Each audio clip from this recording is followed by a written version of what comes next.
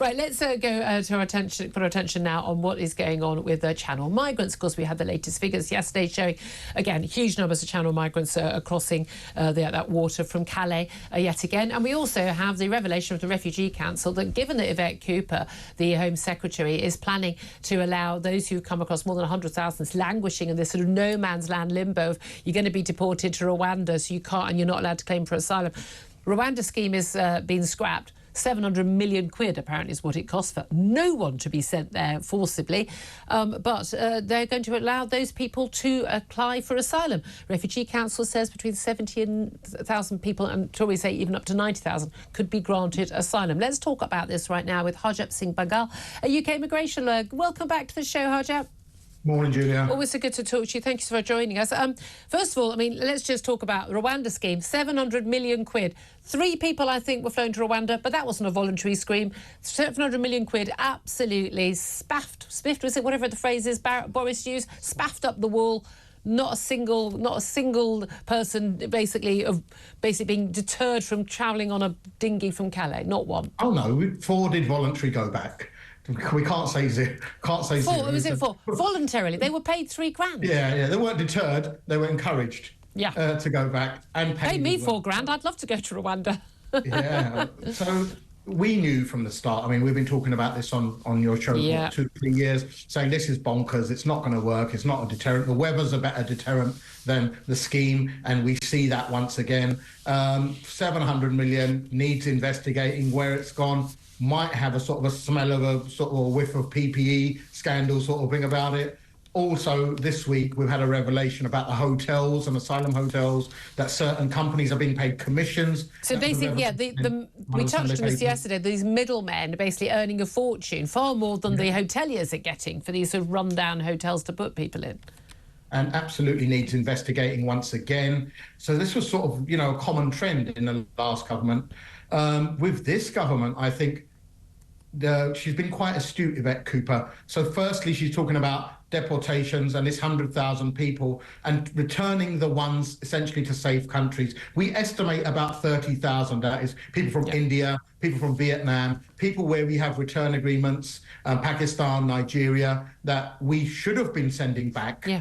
But for some reason, the claims were never processed. They were allowed to stay here for I mean, that was the thing. One of the biggest issues was that suddenly, and again, it was before Brexit this happened, they just simply stopped processing claims. Everybody just decided to stop doing work.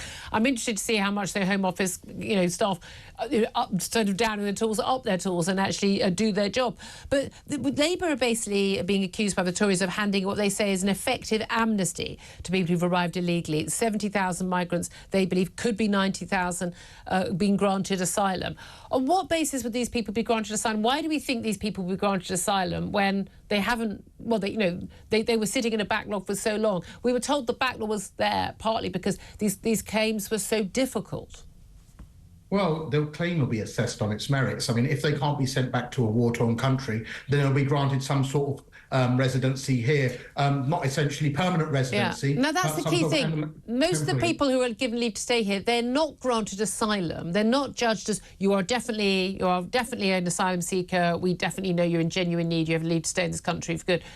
They're given leave to stay because there's nothing else we can do with them. Well, humanitarian protection they're given. The thing is, it's either that or have them in hotels and pay your 8 million a day what we're doing for them. Now, we know Labour are going to have vowed to stop the hotels, and this investigation on Sunday goes a long way to probably saying that why it should stop them. So the only way to stop the hotels is to process these people and remove the ones that should be. Well, hold on a minute. So, look, we've got the cost of people in hotels and a very small amount of money they get and their room and lodgings and the like. And, of course, we've got the huge legal costs of all the challenges and the processes.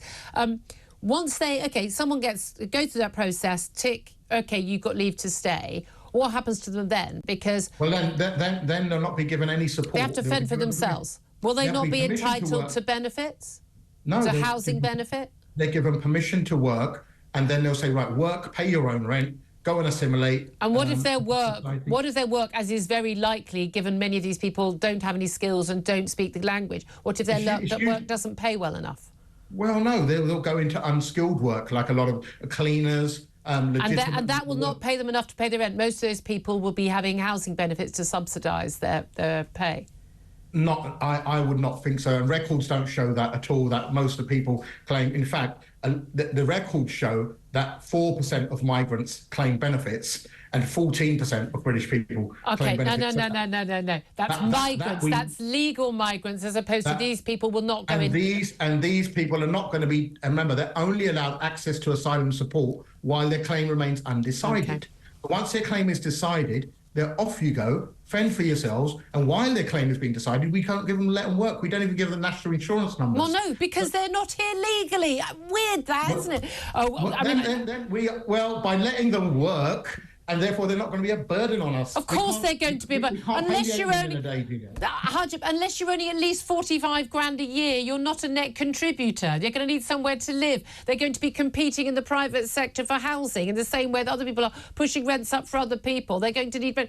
I mean, why people think that suddenly, miraculously, these people are all going to be multi-millionaires paying their own way is an absolute nonsense. Harjap, but they're not going to be a burden on a taxpayer either. But they will be. They will be, because they won't be able to pay those bills. Harjap Singh Bhangal, thank you for joining us. Appreciate that.